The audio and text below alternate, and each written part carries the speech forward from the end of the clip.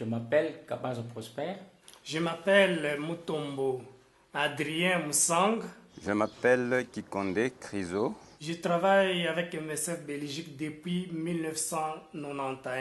Je travaille depuis 1985. 1992.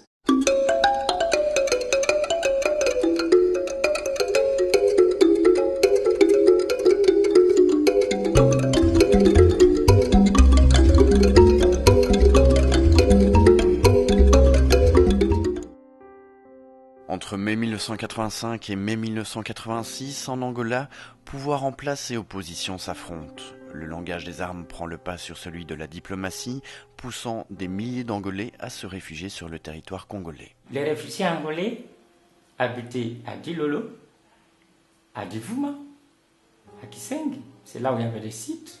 MSF était là pour les soins de santé.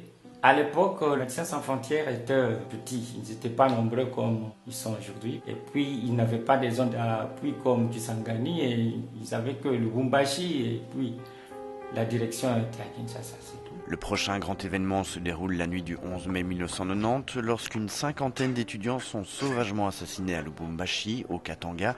S'ensuit l'expulsion des Kassaïens. MSF déploie d'énormes ressources pour venir en aide aux réfugiés. Je me retrouve à Likasi, dans la zone de santé de Kikula, où j'ai travaillé dans un projet qui était appuyé par MSF, avec des conflits ethniques entre Kassaïens et Katangais. Il y a eu des regroupements de gens à la gare, dans des écoles, et MSF est venu en appui à ces gens.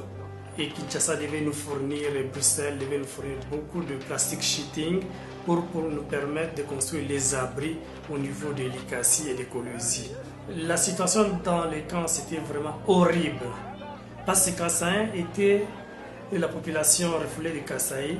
Ils étaient au niveau de la gare SNCC et c'était sur des routes, tout ça, et une grande place vide où il n'y avait rien, il n'y avait pas de maison. Ils ne pouvaient pas se déplacer, quitter le camp pour aller ailleurs. Parce que s'ils partaient ailleurs ou à la cité ou au marché, on devait les attaquer, soit les tuer. Et par conséquent, ils étaient obligés de rester comme ça. C'était vraiment horrible. Il manquait à manger, il manquait le vêtement, tout ça. Il manquait la couverture, donc de quoi se couvrir, quoi se protéger contre les abris, quoi, les intempéries, le vent, tout ça, le froid. C'était vraiment horrible, c'était vraiment pitoyable.